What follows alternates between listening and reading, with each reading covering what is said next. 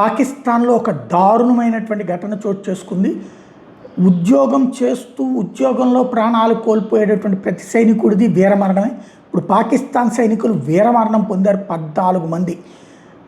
Baloch rebels పంజ్గార్ ప్రాంతంలో చేసినటువంటి దాడి, ఒక ఏదైతే ఆక్యుపైడ్ బెలూచిస్తాన్ ప్రాంతంలో ఇప్పుడు బెలూచ్ రెబల్స్ మీద అటాక్ చేయడానికి పాకిస్తాన్ సైన్యాన్ని పంపిస్తే ఆ సైన్యం మీద అంబుష్ చేసింది బెలూచ్ రెబల్స్ టీము.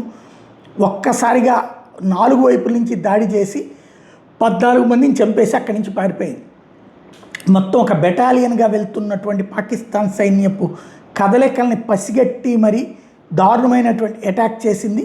వెనక్కి తిరిగి చూసే లోపు ప్రాణాలు కోల్పోయినటువంటి 14 మంది సహచర సైనికుల యొక్క శవాలను తీసుకుని ఇప్పుడు వెనక్కి తిరిగి వచ్చేటటువంటి పని మిగతా సైన్యాన్ని అయింది.